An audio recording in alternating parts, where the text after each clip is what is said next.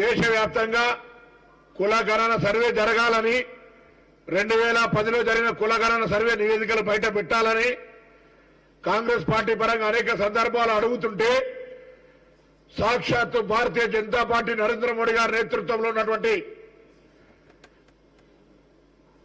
కేంద్ర ప్రభుత్వము సుప్రీంకోర్టులో రిజర్వేషన్ల కుల గణనకు సంబంధించినటువంటి సర్వేకు వ్యతిరేకంగా అఫిడవిట్ ఇచ్చినటువంటి పార్టీ భారతీయ జనతా పార్టీ. అలా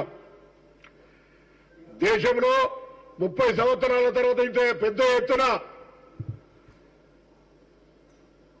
మెజార్టీ సాధించి అధికారంలో ఉన్న భారతీయ జనతా పార్టీ రిజర్వేషన్లకు వ్యతిరేకంగా ఇన్ని కార్యక్రమాలు తీసుకొని ఇప్పుడేమో 400 సీట్లకు మమ్మల్ని గెలిపేయమని అడుగుతా ఉంది. ఇది అర్థం చేసుకోలేనంత అవివేకులుగా ఎస్సీ ఎస్టీ బీసీలు లేరు. ఈ దేశంలో ఉన్నటువంటి ఎస్సీ ఎస్టీ బీసీలందరికీ ఎప్పుడైతే నరేంద్ర మోడీ గారు 400 సీట్లు కావాలని అడిగిండో ఈ 400 సీట్లు రేపు పొద్దున దేశంలో ఎస్సీ ఎస్టీ బీసీ రిజర్వేషన్లు ఎత్తివేయడానికే అని ఒక విశ్వాసం, అటువంటి ఒక అనుమానం మాకు కలిగింది.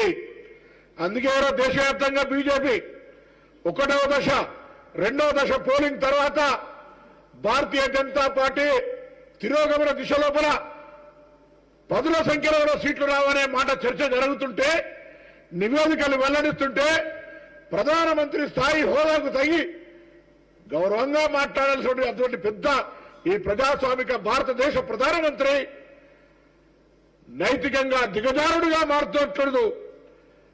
భారతదేశంలో రేపు పొద్దున కాంగ్రెస్ పార్టీ అధికారంలోకి వస్తే ఆస్తులని ముస్లింలకు వస్తారని చెప్తా ఉన్నారు. తండ్రి ఆస్తి కొడుకు రావాలంటే చట్టం ఉంది, విరాసత్ ఉంది, రిజిస్ట్రేషన్ ప్రక్రియ ఉంది.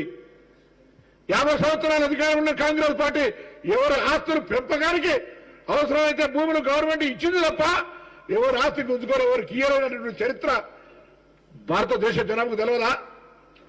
దాని తదుపరి మళ్ళీ ఇదే ప్రధానమంత్రి, ఇదే సదరు ప్రధానమంత్రి ఆయన మాట్లాడుతూ మంగళసూత్రాలు గుంజుకుంటుంది, ఇండ్లు జాగాలు గుంజుకుంటుంది, రేపొద్దున మీ అన్ని ఆస్తులు గుంజుకుంటుందని చెప్తా ఉన్నాడు.